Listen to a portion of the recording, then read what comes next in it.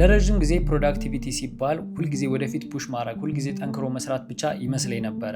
ነገር ግን እንደዛ አይደለም። እንደ ሰዎች 24/7 ልንሰራ አንችልም ወይም ደግሞ በርናውት ያጋጥመናል፣ ስሎው ዳውን እንሆናለን፣ ይደክመናል እንደ ሰው የዛን ሰዓት ደግሞ ሲደክመን ራሳችንን እንደ ሰነፍ እንመለከታለን። እኔ ለረጅም ጊዜ ራሴ እንደዛ ነበር ስመለከት የነበረውና ያ ደግሞ ትክክል አይደለም። ብዙዎቻችንም ይሄ በርናውት ማድረግን መድከምን ግሎሪፋይ እናደርገዋለን። ሲደክመን እንደዛ ከጥቅም ውጭ እስክንሆን ድረስ በርናውት ስንሆን ነው በደንብ እንደሰራን የሚሰማን። ያ ደግሞ ትክክል አይደለም። እኔም ፐርሰናሊ ትክክል አለመሆኑን በደንብ የተረዳሁት ፊል ጉድ ፕሮዳክቲቪቲ የተሰኘውን የአሊ አብዳል መጽሐፍ ካነበብኩ በኋላ ነው። ፕሮዳክቲቪቲ ሞር ስለመስራት በደንብ ፑሽ ስለማድረግ ሳይሆን በደንብ ፕሮአክቲቭ የሚያደርጉን ነገሮችን ስለመረዳት እና ፕሌይፉል በሆነ መንገድ እንዴት ስራችንን ፕሮአክቲቭ ሆነን መስራት እንችላለን የሚለውን ነገር የሚሞግተን መጽሐፍ ነው። በጣም ቆንጆ የሆነ መጽሐፍ ነው። ከረዥም ጊዜ በኋላ በቡክ ሪቪው ተመልሻለሁ ማለት ነው። አብራችን ቆዩ።